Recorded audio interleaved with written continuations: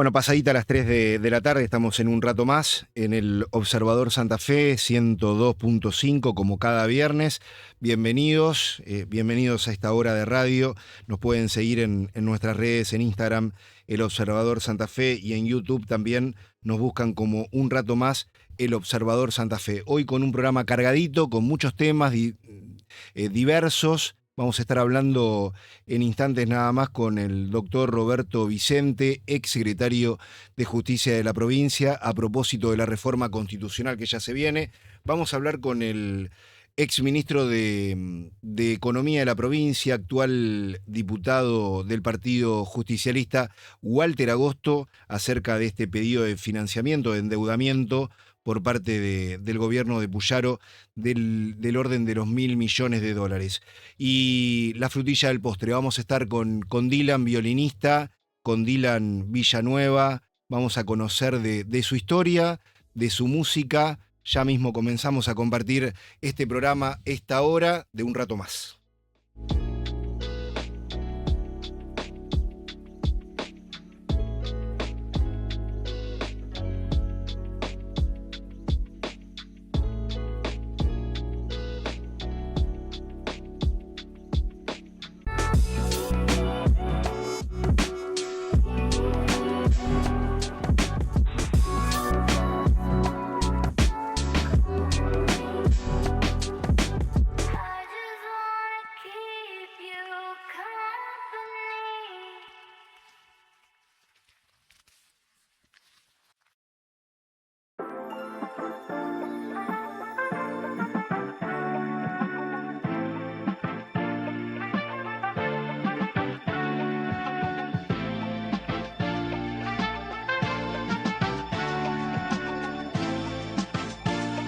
Seguimos en un rato más, estamos en el Observador Santa Fe FM 102.5 como cada viernes desde las 15. Nos pueden seguir en nuestras redes, en Instagram, el Observador Santa Fe. Roberto Vicente es quien nos visita, es profesor de Derecho Constitucional, docente de posgrado y ex secretario de Justicia de la provincia en el año 2008. Doctor, ¿cómo le va? Gracias por llegarse a nuestros estudios en la tarde de hoy. ¿Cómo anda? Muy bien, muy bien. Les agradezco a ustedes, muy lindo conversar todos estos temas que están en la palestra en este momento, así que con gusto. Bueno, lo que se viene en materia de debate en el ámbito legislativo, como reforma constitucional, tiene que ver con esto, ¿no? Con una nueva Carta Magna, al menos la modificación de algunos artículos Sí. que ya fueron prefijados. ¿Cuál es su concepto y cuál es su postura frente a lo que se va a discutir? Bueno, en principio es una reforma constitucional que tiene una amplitud bastante importante, son 42 artículos los que se intentan reformar, son temas trascendentes. Se toca el poder, se toca los derechos, con lo cual me da como la sensación de que hay mucha tela para cortar.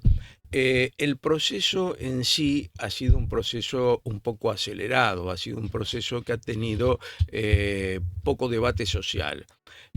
Pero aparentemente en estos últimos días el gobernador ha intentado tener opiniones diferentes, tal es así que nos ha citado a la Facultad de Ciencias Jurídicas y Sociales de la UNL, Ujú.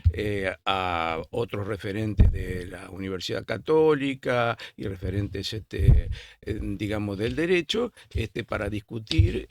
Lo mismo ha hecho con Rosario y ha hecho en otros lugares, que me parece que es interesante. Es decir, un poco ver cuál es el pensamiento de los académicos, cuál es el pensamiento de la gente y demás.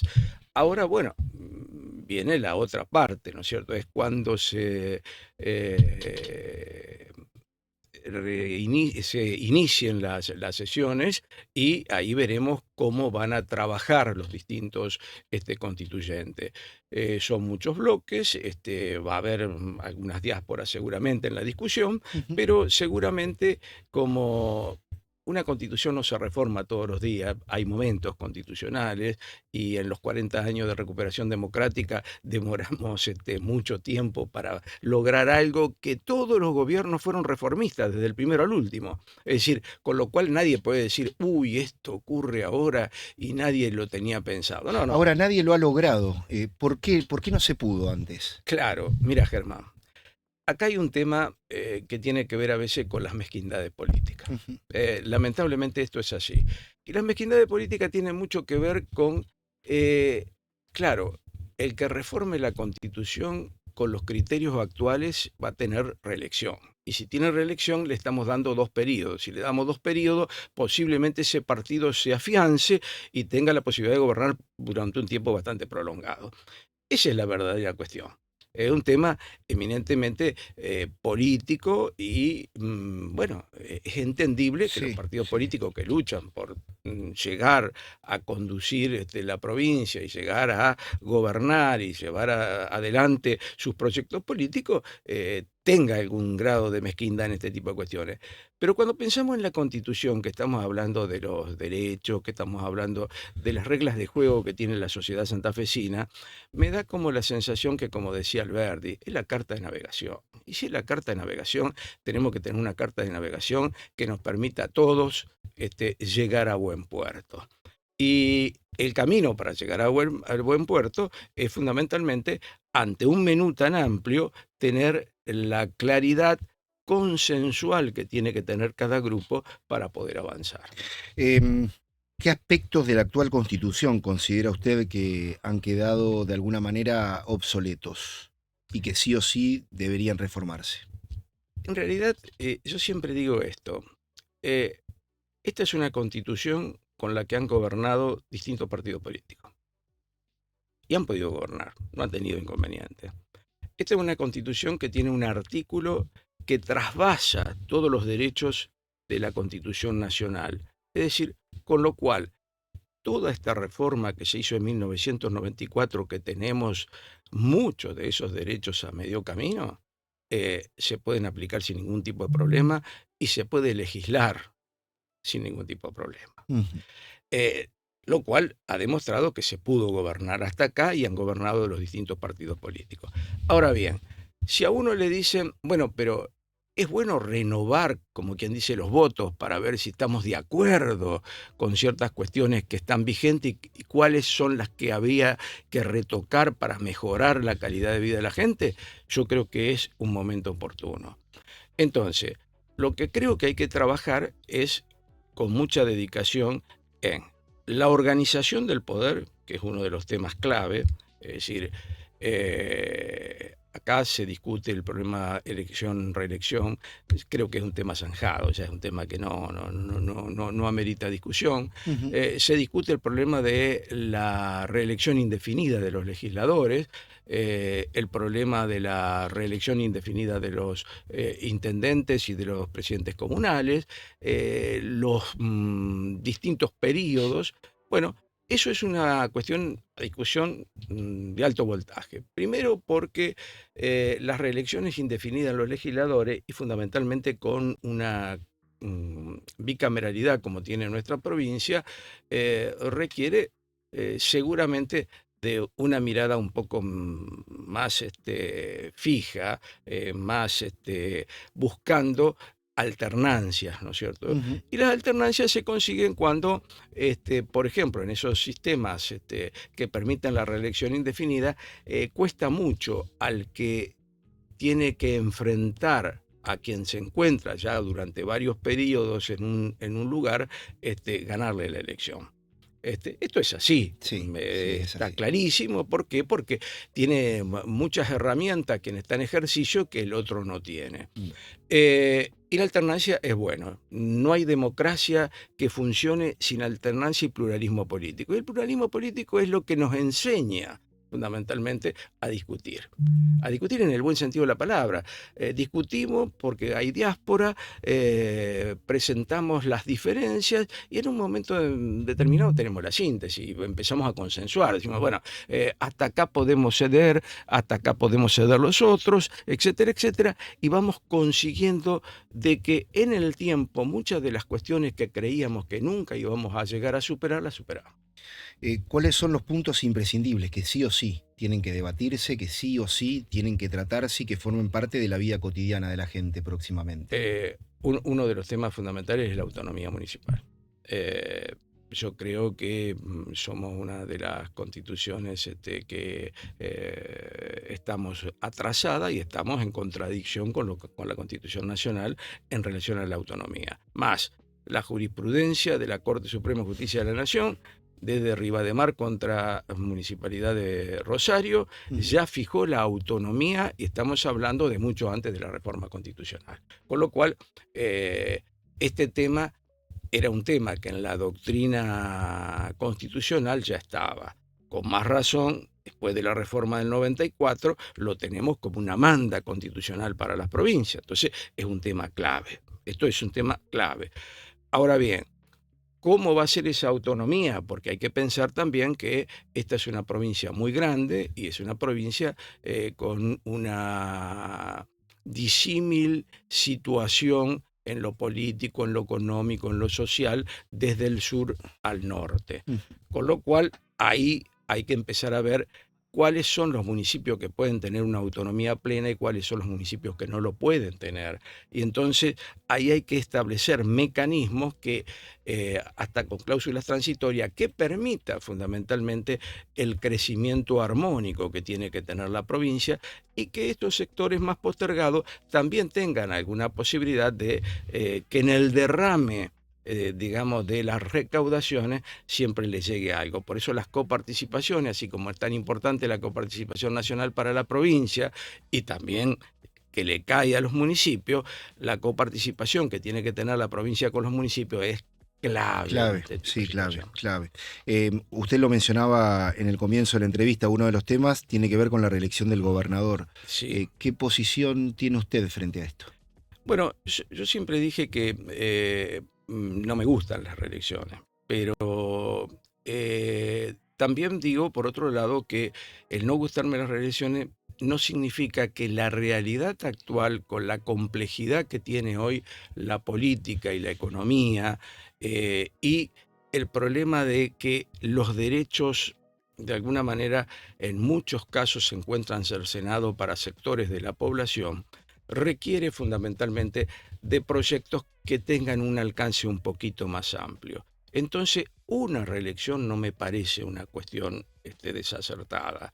Ahora, reelecciones indefinidas, digo que no. Digo que no, aparte lo ha dicho la Corte Suprema en el caso Formosa, lo ha dicho la Corte Interamericana en la opinión consultiva 28, es decir, sobre esto ya hay mucho hablado y la verdad que tenemos antecedentes jurídicos importantes y tenemos antecedentes políticos que nos demuestran que tenemos razón en ese sentido. ¿Qué cambios se proponen en relación con la justicia, el sistema electoral o la transparencia pública? Bueno, la transparencia pública, algo adelantó el propio gobierno a través de sus funcionarios y el propio Maximiliano Puyaro con ficha limpia. En el sistema electoral propiamente dicho y sobre todo en el ámbito de justicia, ¿cuáles son las modificaciones más importantes? Vamos a empezar por el sistema de justicia. Yo creo que la justicia, sin lugar a dudas, necesita situaciones de transparencia. Uno de los grandes problemas que tenemos, lo hemos visto en estos días con la jueza esta en el caso de Maradona, sí, que es lo que demuestra qué es lo que no se debe hacer, qué es lo que debemos cuidar. Y uno de los problemas fundamentales, a mí me tocó, cuando fui secretario de Justicia, trabajar mucho en la selección de jueces. Y uno de los temas que me interesaba fundamentalmente era la ética de los ciudadanos y ciudadanas que iban a ser jueces. Si tienen una ética republicana y saben cuál es el rol que tiene el juez para la administración de justicia, seguramente vamos a tener a alguien que puede ser mejor jurista o un jurista bueno nada más. Siempre tiene que saber derecho. Eso es, pero quiero decir que no necesita ser el mejor jurista si abraza aspectos éticos de alto nivel. No tendría problema. Y más cuando Santa Fe tiene un código de ética judicial. Y además, la Nación adhiere al Código de Ética Judicial Iberoamericano, con lo cual, evidentemente, eso es un aspecto clave. ¿Por qué decía yo que a mí me preocupaba tanto? Primero porque el mecanismo de selección de jueces para que el gobernador tenga la posibilidad de designar a los mejores tiene que ver con un sistema muy, muy transparente y que genere tranquilidad en la población. Y que los que llegan sean precisamente lo que nosotros querríamos que no juzgaran ante cualquier situación adversa en la vida. Eso es lo que tenemos que pensar. Que la persona de a pie diga, no, yo con la justicia, con esta justicia estoy tranquilo. Y eso es uno de los temas clave. Pero para eso se necesitan varias cosas. Primero, ¿cuál es el mecanismo para seleccionar jueces? Bueno, si nosotros pensamos en los mecanismos actuales, por ejemplo, el Consejo de la Magistratura Nacional, hoy es una caja de Pandora, es tremendo, los procesos duran muchísimo, son difíciles de llevar al final, y bueno, y hay demasiadas situaciones o conflictos hasta lograr las ternas. Entonces yo creo que hay que hacer procesos que sean claros, transparentes, pero que tengan un grado de celeridad, sin que eso signifique perder la calidad. Porque si perdemos la calidad estamos en problemas. Esa es la primera cuestión que hay que ver. La segunda cuestión que yo creo que hay que ver es que, bien, para esto se necesita que la representación de, por ejemplo, los abogados, los jueces, los académicos y la sociedad participe. ¿Por qué? Porque tiene que haber audiencias públicas. Y como un procedimiento de selección tiene que tener todos estos aspectos, hay que tener también concursos anticipados que permitan tener cantidades o banco de jueces para cubrir las vacantes que se produzcan. No esperar el momento en que se produzcan esas vacancias. Bueno, eso es uno de los temas. Yo me acuerdo, por ejemplo, haber hecho concursos en su momento que eran orales. ¿Por qué? Estábamos cambiando al sistema oral y todavía seguíamos con un examen escrito. Pero esto es un contrasentido. Bueno, conseguimos con los exámenes orales una cantidad importante de jueces penales que llegaron y con calidad también y seguridad en el concurso. ¿Por qué? Porque se filmaban, el tribunal estaba presente haciendo las preguntas, monitoreando el proceso, etcétera, etcétera. Bueno, todo ese tipo de cuestiones, de alguna manera, hay que dejar las líneas marcadas en la Constitución. ¿Por qué? Porque es una tarea del legislador. Porque no sabemos cómo se va a ir acomodando la realidad social de nuestra provincia, y además si vamos a demorar 60 años para mover la Constitución nuevamente, necesitamos que haya algún mecanismo que permita ayornarlo, pero con lineamientos y principios claramente establecidos en la Constitución. La gente de a pie se pregunta en qué me va a beneficiar o para qué me sirve a mí una reforma constitucional. ¿Qué es lo que se le responde a la población? Bueno, para empezar es que si tenemos una división de poderes buena, en la cual hay de alguna manera cada uno de los poderes tiene sus atribuciones claramente definidas en la Constitución y se cumple con esta, y no hay de alguna manera una posibilidad de incidir sobre el otro poder porque se lo asfixia económicamente o por alguna otra razón, eso permitiría fundamentalmente que la independencia de los poderes traería calidad institucional. Ujú. La calidad institucional mejora los derechos de las personas. Es decir, ¿por qué? Porque los derechos originariamente en el constitucionalismo decimonónico lo que intentaba fundamentalmente es ponerle freno al poder. Ahora nos hemos dado cuenta que los derechos solo, si tenemos una división de poderes que no es buena, no alcanzan. Entonces necesitamos que la división de poderes funcione, que sea verdaderamente cada poder independiente, pero también necesitamos que esos derechos estén fortalecidos. Si pudiera incluir un solo artículo nuevo en la Constitución, usted particularmente, por todo lo que estudió durante estos años, por los cargos que ejerció, por cómo conoce la provincia de Santa Fe, ¿cuál sería? Bueno, primero que nada, nosotros tenemos una gran ventaja que por el artículo sexto nos ingresan totalmente todos los tratados internacionales. Lo que no implica que no se podría hacer algo en materia de tratados internacionales para la aplicación, digamos, de los mismos, habida cuenta de que los jueces están obligados a hacer control de convencionalidad, eso ya lo ha dicho la Corte Interamericana, lo ha sostenido nuestra Corte Suprema de Justicia de la Nación, ya los jueces, digamos, de provinciales también miran la jurisprudencia de la Corte Interamericana, miran un poco los tratados internacionales, ya es un tema como que se ha trabajado bien. El artículo 7 habla de la inminente dignidad humana, es decir, parte de la Declaración de los Derechos Humanos de 1948. Es decir, Nuremberg ya nos cambió del Estado legal de derecho al Estado constitucional de derecho. Si verdaderamente los jueces se ponen sobre el Estado constitucional de derecho, se preocupan fundamentalmente por su función de juez. El Poder Legislativo se preocupa precisamente porque su función legislativa no sea avasallada por el Poder Ejecutivo para no convertirse en escribanía, sino para convertirse verdaderamente en grupos de debate que permitan mejorar a lo mejor los proyectos que envía el Ejecutivo o consensuar con el Ejecutivo, pero el diálogo entre los poderes debe existir. Y el diálogo entre los poderes no es hacer un asado para ir a comer a ver qué nos repartimos y cómo lo arreglamos, sino a través de cómo se expresa cada uno de los poderes.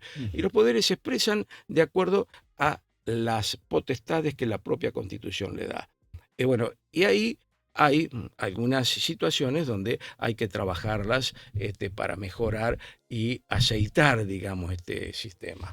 Doctor, ¿qué mensaje le daría a los jóvenes que sienten que la Constitución es algo lejano o poco relevante en la vida diaria?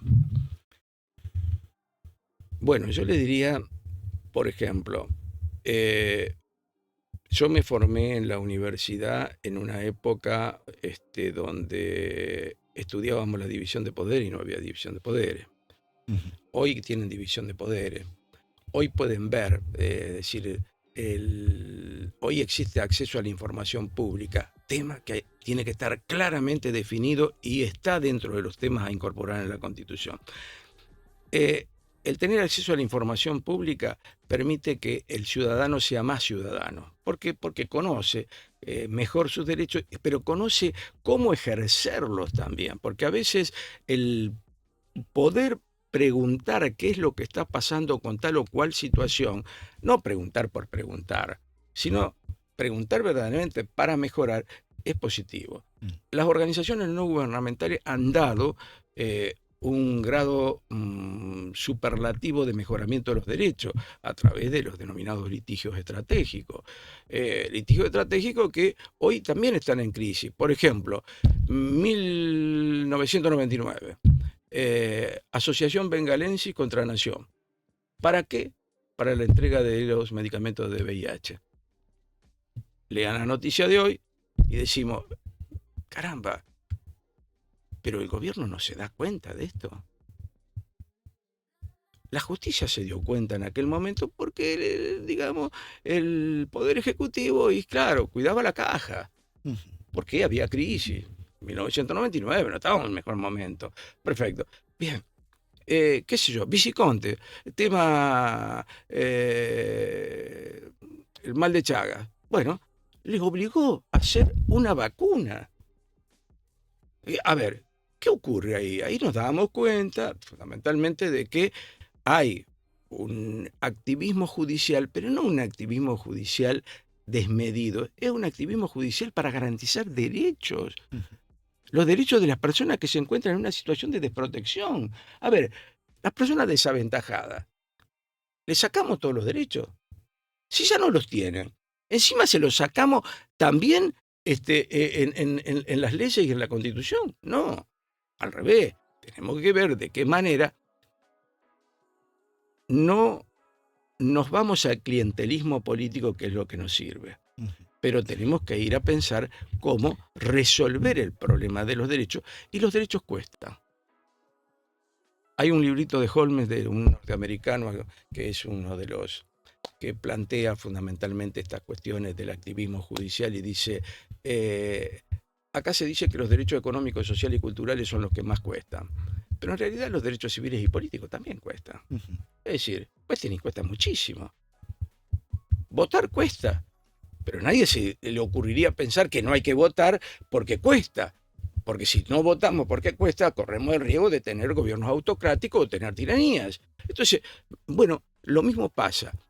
Si los derechos económicos, sociales y culturales cuestan, pero cuestan, ¿para quién tienen que costar? Para aquellos que han tenido un excedente en sus ganancias y que existan impuestos progresivos que garanticen fundamentalmente que esos derechos, los grupos desaventajados, no tengan que ir a buscarlos en la caridad pública. Una última pregunta, doctor, agradeciéndole estos minutos aquí en el Observador Santa Fe.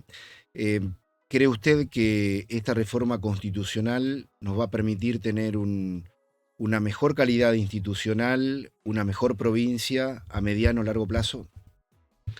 A ver, con los temas habilitados, yo tengo la esperanza que sí. A ver, ¿por qué digo la esperanza? Porque una cosa es el ser y otra es el deber ser. Si ocurre que se dan los acuerdos necesarios, cuando yo hablo de acuerdos estoy hablando de acuerdo a la luz del día, como corresponde, con discusión de los proyectos y con el mejoramiento precisamente de esta Constitución, seguramente podemos tener un cambio de timón, por lo menos en el eje de los derechos, en el eje de los sectores que tienen que invertir en la provincia, en los sectores del trabajo, en los sectores del estudio, la educación, que es uno de los temas clave. No hay derechos humanos sin educación, pero si nosotros lo único que hacemos son normas de carácter declarativas y no operativas, vamos a tener problemas. Entonces, la operatividad del derecho significa que hay que ponerle recursos. Gracias, doctor, por acompañarnos hoy. Ha sido un gusto. El doctor Roberto Vicente, ex secretario de Justicia de la provincia, profesor de Derecho Constitucional en el Observador Santa Fe. Pausa y ya volvemos.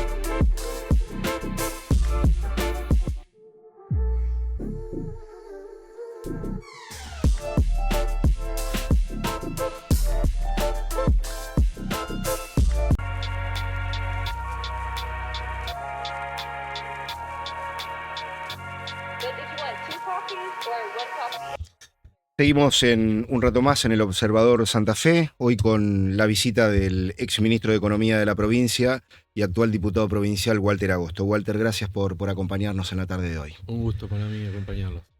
Hay un tema económico que es cuestión de debate en la provincia y que tiene que ver con este pedido de financiamiento, esta colocación de deuda que pretende la provincia y el gobierno de 1.000 millones de dólares. ¿Qué postura, qué concepto tenés sobre esto? Bueno, en primer lugar, nosotros hemos planteado la necesidad de contar con mayor información, ¿no? Estamos hablando de un endeudamiento de gran envergadura para la provincia de Santa Fe. Para que tengas una idea, hoy el stock de deuda pública total en la provincia son 570 millones de dólares y lo que ahora el Poder Ejecutivo pretende es incrementar esa deuda en 1.150 millones de dólares, dos proyectos, uno de 1.000 millones para emitir bonos en los mercados internacionales y otro de 150 millones de dólares con la Corporación Andina, lo que era antes la CAF, Corporación Andina de Fomento. Sí. Entonces, eso implicaría, para que tengas una idea, triplicar la deuda que tiene la provincia de Santa Fe.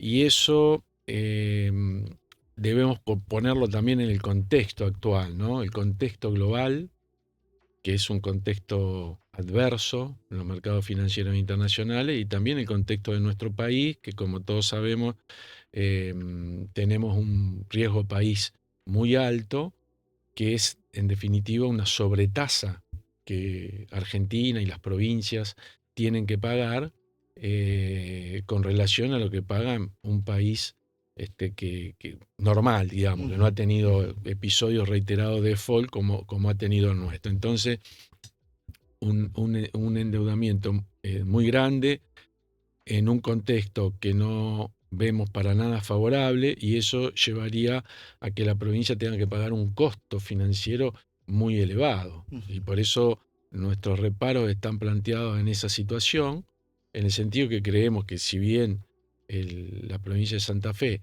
tiene espalda por su solvencia como para tomar endeudamiento, nos parece más prudente hacerlo en una magnitud menor, pero además también sin tanta urgencia, porque la otra cuestión es que la situación financiera de la provincia de Santa Fe no requiere hoy una urgencia para salir corriendo a los mercados internacionales. Y de hecho, podés observar que ninguna provincia, ni Cava, ni provincia de Córdoba, que son otras provincias que han estado activas en esas cuestiones, han salido todavía a tomar deuda a los mercados. ¿Cuál sería hoy una tasa razonable para una provincia como Santa Fe? Bueno, en realidad hoy la deuda que tiene emitida la provincia de Santa Fe,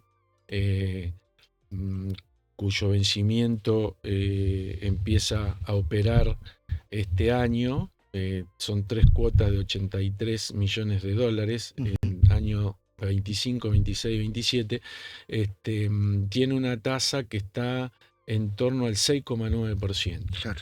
¿No? Entonces, ya esa era una tasa un poquito elevada, pero claramente hoy sí, de acuerdo a los números que nosotros tenemos, si Santa Fe tendría que estar con una tasa que seguramente es entre el 10 y el 11%. Entonces vamos a estar con una tasa superior a las emisiones que ya están vigentes. Por eso, como no vemos esa necesidad, también es importante, Germán, recordar que la provincia de Santa Fe en el año 2022 consolidó mucho su solvencia fiscal por un hecho muy relevante que por ahí no está muy comentado, muy difundido. La provincia de Santa Fe le cobró a la Nación una deuda previsional por aproximadamente 600.000 millones de pesos. Eso es una cartera de títulos públicos, un activo que la provincia recibió, que lo tiene en custodia, que le genera una renta anual de aproximadamente 150 millones de dólares, pero que además en total esa cartera valor de mercado hoy son 500 millones de dólares.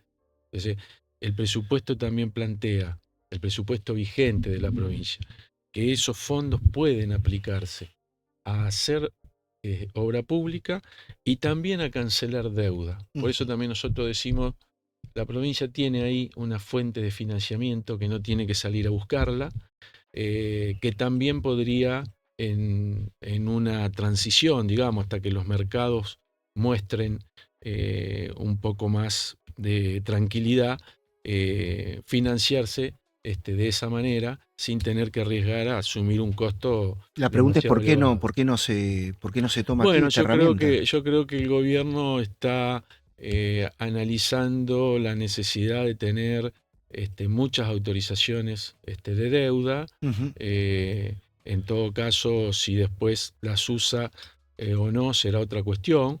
Pero si uno mira lo que está ocurriendo, el presupuesto, cuando se trató en su momento el año pasado, contiene varias autorizaciones de endeudamiento que hasta el día de la fecha, ya prácticamente va promediando la mitad del año, nunca se ejecutaron. Por eso nosotros evaluamos en ese contexto y decimos, es un monto exagerado lo que el Poder Ejecutivo está pidiendo.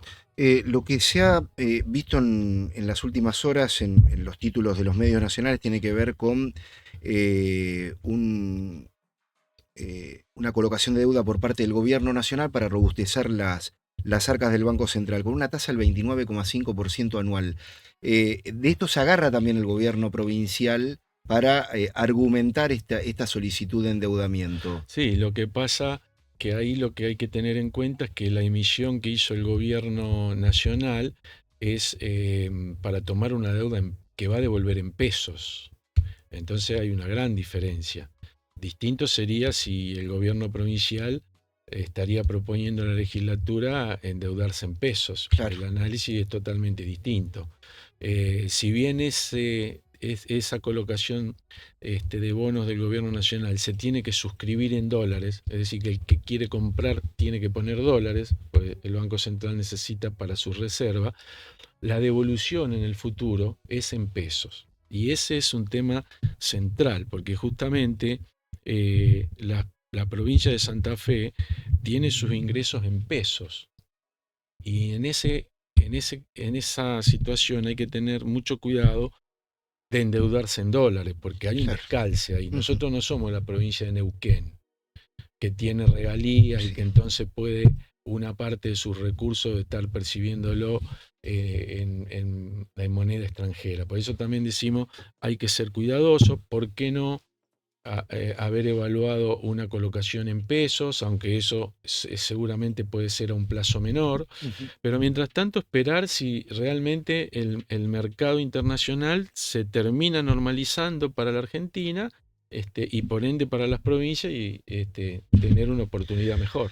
¿Cómo evalúas, cómo observás la situación? Bueno, algo mencionabas, la situación fiscal de la provincia y en modo general de la nación. ¿Cómo está el país? Bueno, yo creo que la provincia tiene, como te comentaba antes, una situación de solvencia estructural, digamos, Ujú. que ha ido ganando. En el caso de mi paso por el ministerio, fueron años muy difíciles porque justo tocó pandemia y luego una sequía fenomenal. Pero bueno, con mucho esfuerzo las cuentas se mantuvieron, la presión tributaria no se elevó, la deuda no se elevó, y eso obviamente que contribuye. Y hay un tema también central. Por el año 2020 y 2021 el gobierno nacional le empezó a pedir a las provincias con mucha insistencia que tenían deudas en dólares que las reprogramaran, que las reestructuraran. Y la provincia de Santa Fe, bueno, hizo una resistencia bastante importante a eso. La provincia pagó 250 millones de dólares en esos años de deuda que vencía, moneda extranjera, sin reestructurar. Eso también le da a Santa Fe actualmente una fortaleza diferente. Por ejemplo, la provincia de Buenos Aires defaultió, la de Córdoba Ujú. reestructuró. Ujú. Entonces yo creo que en términos generales la provincia tiene una buena situación fiscal. Desde el punto de vista de la macronacional, yo creo que el gobierno ha hecho un ajuste fiscal muy importante, en mi opinión, un poco exagerado y poco sostenible en el tiempo. Y eso no implica que no hubiera que establecer ahí un esquema de reducción del déficit que era prácticamente imposible de financiar, ¿no? Así que desde ese punto de vista, el gobierno ha acomodado esa cuestión, pero no termina de encontrar un camino de reactivación. La economía argentina hoy es una economía dual, una economía muy heterogénea, donde los sectores más dinámicos son los sectores más modernos, de más tecnología, los que menos mano de obra demandan, y los grandes sectores, como el caso del comercio, la industria, la Sí, construcción, que son los sectores que más trabajo traccionan y por ende mayor masa salarial y mayor consumo, son los que están más rezagados. Y eso es lo que en definitiva hace que uno no note que esta nueva estabilidad repercuta en el bienestar de los argentinos. Y lo mismo podemos observar en nuestra provincia, ¿no? Santa Fe no es la excepción, seguro, obviamente. seguro. ¿Cómo evalúas las últimas medidas económicas del gobierno nacional, puntualmente el blanqueo que se conoció en los últimos días? Bueno, yo creo que yo no estoy de acuerdo con eso. O sea, ya con el blanqueo anterior, a mí me parece que esa reiteración de blanqueos, además de ser un instrumento que genera una gran inequidad, digamos, entre los contribuyentes que son cumplidores y no cumplidores,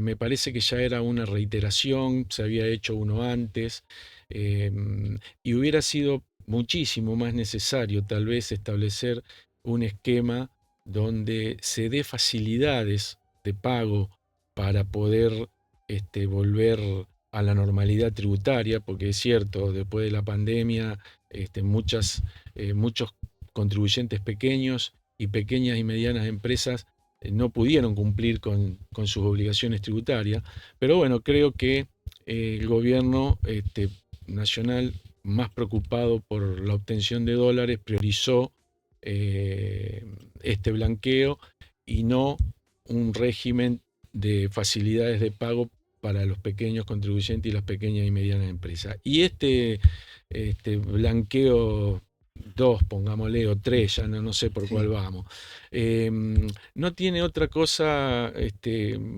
que ver con la necesidad de seguir tomando dólares. Es decir, el país está muy endeudado y el gobierno necesita reservas porque si bien ha tenido la asistencia del Fondo Monetario Internacional, que las ha podido acomodar un poco, bueno, hay que empezar a pagar vencimientos también. Parece Mm. que este blanqueo se encuadra en esa necesidad de ir rascando un poquito de distintos lugares a ver cuántos dólares adicionales se puede encontrar por esa vía. Una última pregunta, Walter, agradeciéndote estos minutos aquí en El Observador. ¿Cuáles crees que son las principales urgencias que tiene Santa Fe en materia económica? ¿Qué es lo que tendría que abocarse concretamente el gobierno para no tener inconvenientes a futuro? Bueno, yo creo que el gobierno en particular, digamos, en términos fiscales, como decía, la situación está relativamente bien. Siempre cuando uno analiza esto lo hace en términos relativos a otras provincias. Hay una demanda que seguramente va a empezar a tomar cuerpo y que es la necesidad de establecer una baja de la presión tributaria. Ujú. Eso, obviamente, no solo para los tributos nacionales, sino que en algún momento va a venir una ronda también para las provincias. Entonces yo creo que una parte del esfuerzo también es necesario estar destinándolo a analizar la posibilidad de reducir la presión tributaria. Acá han habido aumentos en los impuestos de emisión muy importantes en el año 24 y en lo que va de este año, y aumentos tarifarios también muy importantes. Bueno, yo creo que a veces la salud de las cuentas públicas puede dar un margen para que también se piense en eso, porque obviamente hoy el ingreso o los ingresos de la familia están bastante hackeados por la inflación, y ahora que la inflación ha cedido, bueno, en muchos casos también están ajustados por estas cuestiones que tal vez se podrían empezar a analizar con una perspectiva de mediano plazo. Walter, gracias por visitarnos en los estudios hoy. Walter Gracias. Agosto, el diputado provincial, ex ministro de Economía de la provincia de Santa Fe. Pausa y ya volvemos.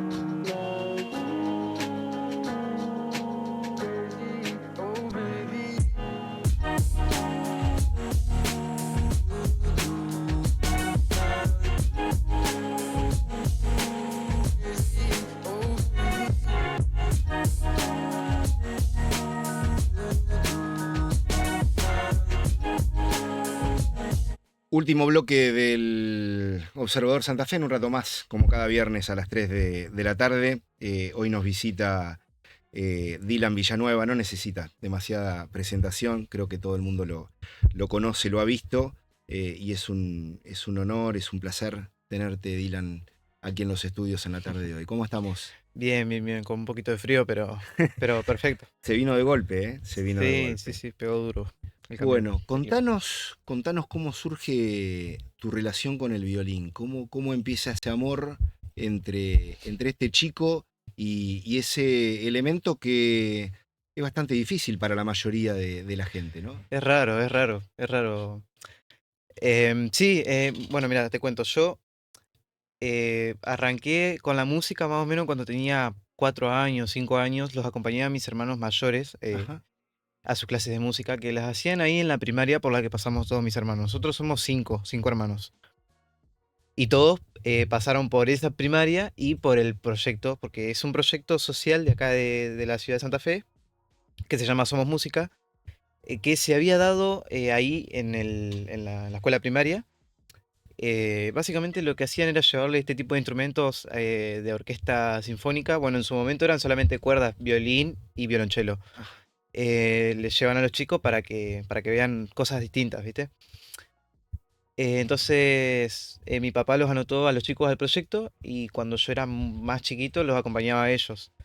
Y bueno, fue por mi hermana, tengo una hermana mayor que se llama Tara, que tocaba el violín, entonces yo la acompañaba a ella y ese era como que me atraía un poquito más ese instrumento. Mi hermano mayor, se llama Brian, él tocaba piano, pero me gustaba más el violín, entonces después les dije a mis padres y cuando cumplí los 6 arranqué la primaria junto con el violín. Ya viene de familia entonces el tema, ya viene de tus hermanos. Sí, venía de mis hermanos, sí. Y después, ¿cómo sigue? Porque, bueno, por lo visto te gustó lo seguiste al tema. Yo siempre digo que cuando yo era más chico como que lo veía como un juego. Era, bueno, es divertido tocar el violín, hacer música. Em, entonces, bueno, cuando cumplí 9 años, me anoté en la Escuela Provincial de Música de acá Ajá. de Santa Fe. Y bueno, y hasta el día de hoy estoy haciendo una carrera para ser profesor de instrumento y puede ser de música también. ¿Qué te gustaría hacer? ¿A dónde quisieras llegar con esto? Por el momento, bueno, yo ahora me estoy preparando como que le estoy metiendo más todavía al estudio de violín. Quiero entrar, o por lo menos concursar para entrar en una orquesta sinfónica. Ajá. Ahora estoy apuntando a eso. Pero bueno, hace poquito se me dio una oportunidad y ahora estoy dando clases en el Instituto Santafesino de Danzas. Estoy dando clases de violín. Que ya eso es una de las cosas que yo quería cuando era más chico. Me gustaba la idea de ser docente, de dar clases de violín. Eh, Estás en distintos eventos públicos, en distintos eventos privados. ¿Qué es lo que te gusta? ¿Por dónde te moves y te sentís mejor al mismo tiempo? Hago, hago eventos privados, hago contrataciones. Yo soy un poquito así como que me pongo nervioso, como que le tengo pánico a veces a los escenarios. Ajá. em, pero bueno, capaz que es hasta que arranco a tocar, después como que se me pasa un poquito, pero yo por ahora no soy tanto de interactuar con el público y demás. Por lo tanto creo que me siento mejor más en los eventos privados, que voy a ambientizar un poquito Ajá. el lugar. Te contratan para una Para determinada... casamiento, cumpleaños Ajá. de 15, a veces me llaman para tocar el vals, o cuando entra la quinceañera, cuando entra la novia, los novios. Para ese tipo de cosas me llaman. ¿Y cuál es la música que más te gusta tocar? No sé, no sé. Me gusta la música lenta, Ajá. pero a la vez también me gusta eh, ver, no sé, canciones difíciles, así como, bueno, yo tengo un violinista referente que se llama Néstor Garnica, Ajá. que él hace folclore, hace unas chacareras que son bestiales, que son súper difíciles, eh, pero me gusta, entonces yo con el tiempo la fui aprendiendo, esas cosas así como de, no sé, desafiarme a mí mismo y ver si puedo tocar eso Claro, mismo, claro. si lo puedo mejorar, si lo puedo por lo menos igualar, pero esas cosas me gustan también, qué sé yo, las cosas difíciles, Un no sé. desafío personal, que sea difícil, para tratar de superarlo, para tratar de Sí, alcanzarlo. sí, sí, sí, pero me gusta también la música bien tranquila. ¿Te costó mucho llegar hasta donde llegaste? No sé, la verdad. Hoy sos reconocido en la ciudad, sos reconocido en la región, la mayoría de la gente te ubica, te conoce, te quiere. ¿Cómo lo llevas a eso? Bastante bien, creo. No sé, yo, bueno, tuve la suerte de hacer esto que me gusta y bueno, a la vez también poder trabajar de eso. Pero bueno, yo siempre, digamos, con la compañía de mi familia, Ujú. que es muy importante eso, por eso creo que lo llevo bastante bien. Pues no sé la verdad qué sería de mí si no estarían mis padres, Es fundamental, el rol de la familia es fundamental en tu caso, sí, ¿no? sí, sí, sí, por supuesto. Por la contención, por el acompañamiento. Por Bueno, el está tu viejo acompañamiento, acá sí, sí, sí, sí, hoy, sí. siempre acompañando, siempre apuntalándote. Sí, sí, por supuesto, sí, porque aparte, a veces, qué sé yo, las redes sociales es un tema delicado. Hemos hecho cosas por las que hemos recibido críticas, pero por suerte, con el acompañamiento de mi familia se pasó, digamos, Ujú. cosas así. ¿Críticas? ¿En serio? Sí, sí, sí, sí. Mirá vos, uno lo pensaba que no, esa cosa, esto es lo que tienen también las redes sociales, ¿eh? Aparte con cierto anonimato que uno no sabe de Claro, dónde sí, sí, viene. sí, sí, sí, sí. En cuanto a la técnica, vos concretamente, ¿qué haces? Bueno, te había dicho que estoy en la escuela de música, Sí. entonces yo tengo un profesor de violín, de instrumento. Ajá. En la escuela ensayamos, practicamos lo que es técnica, también hacemos obras porque lo que se estudia en la escuela de música es música académica, música clásica. Ajá.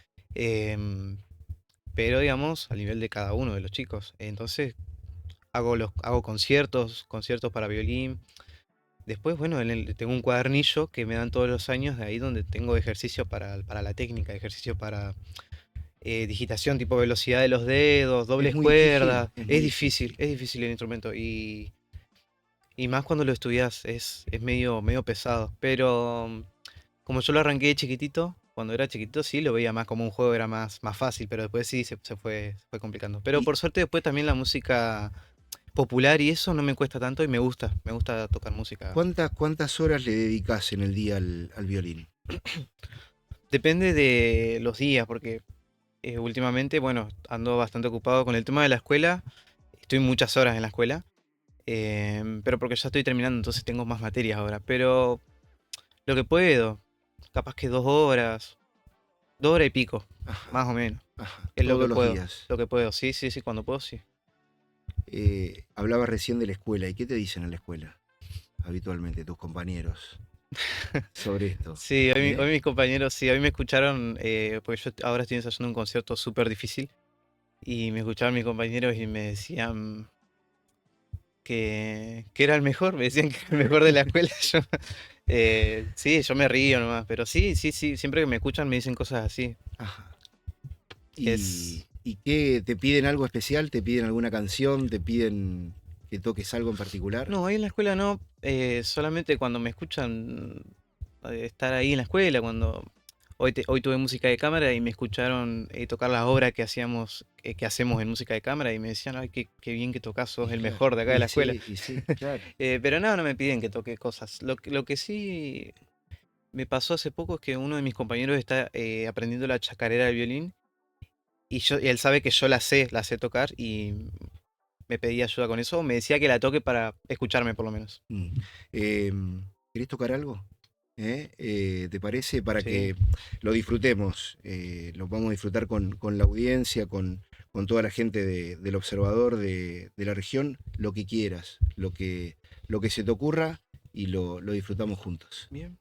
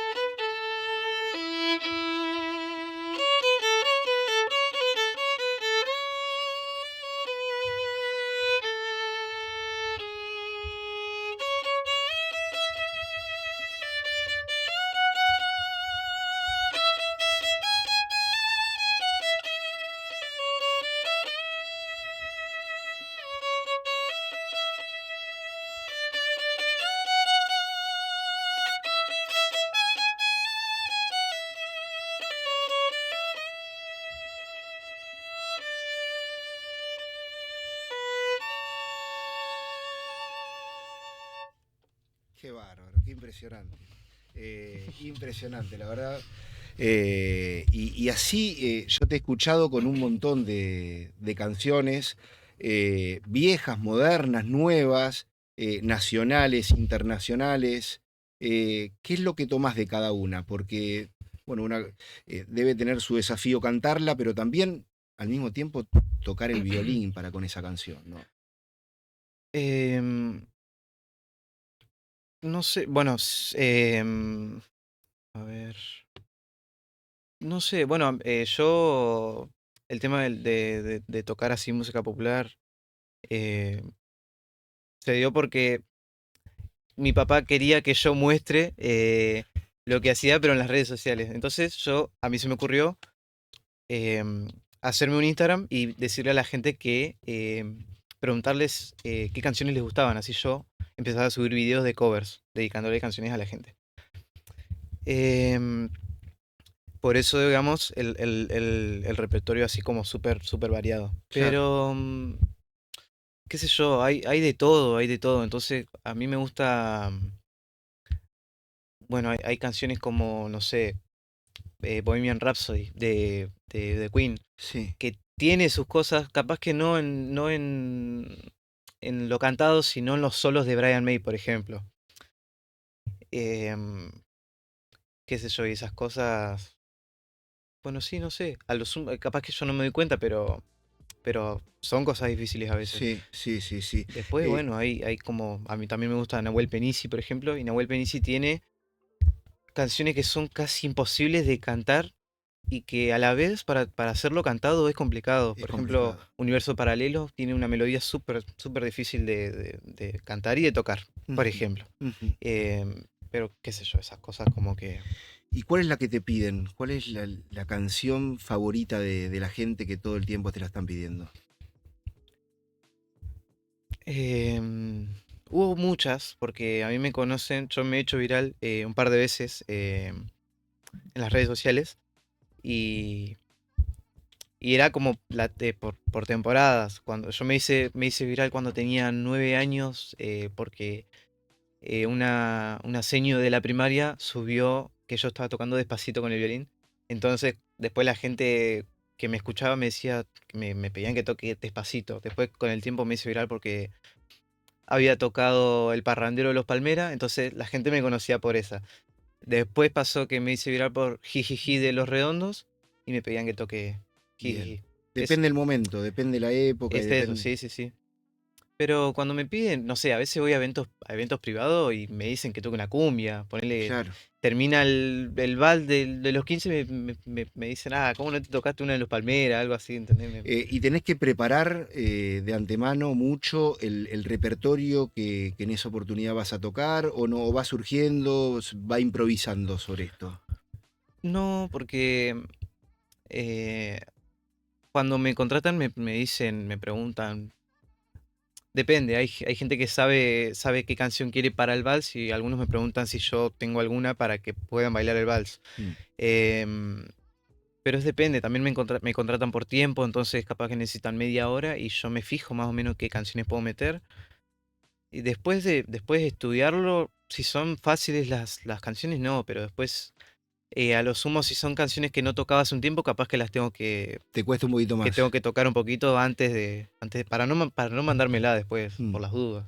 Te propongo un ping-pong, un juego para que me vayas respondiendo y seguramente la gente se va a dar cuenta de tu gusto. ¿Clásico o rock?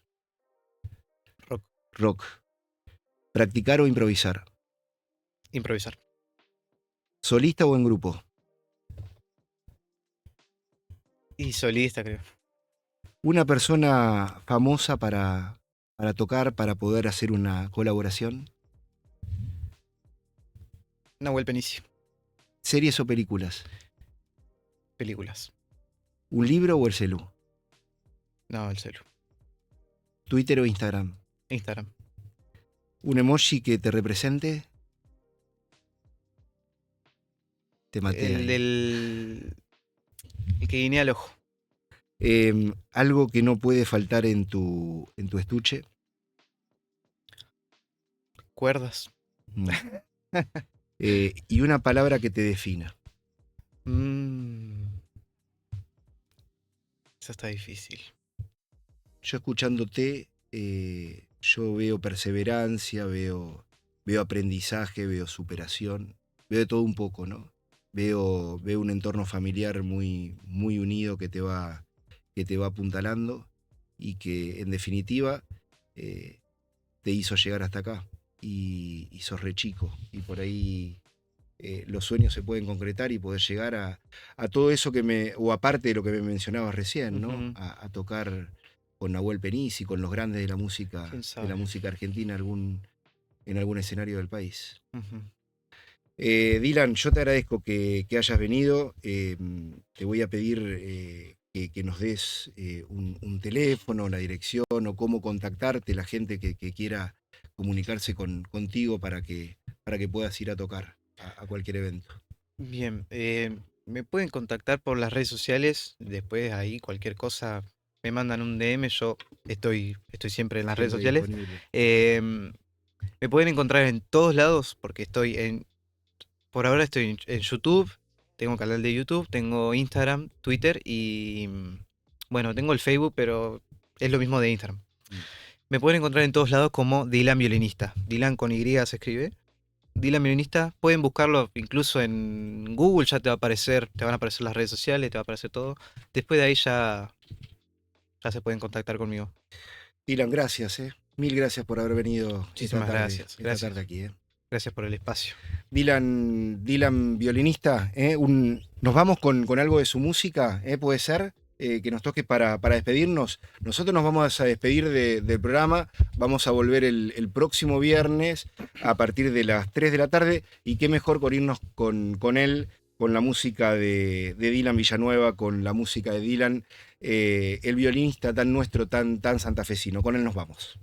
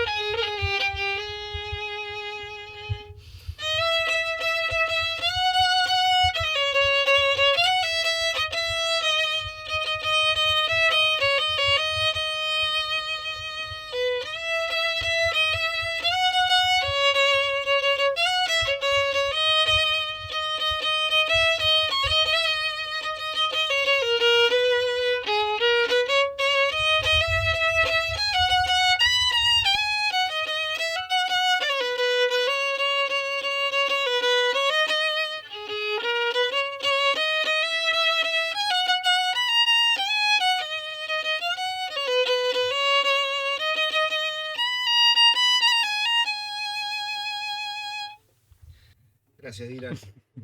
Qué grande, espectacular.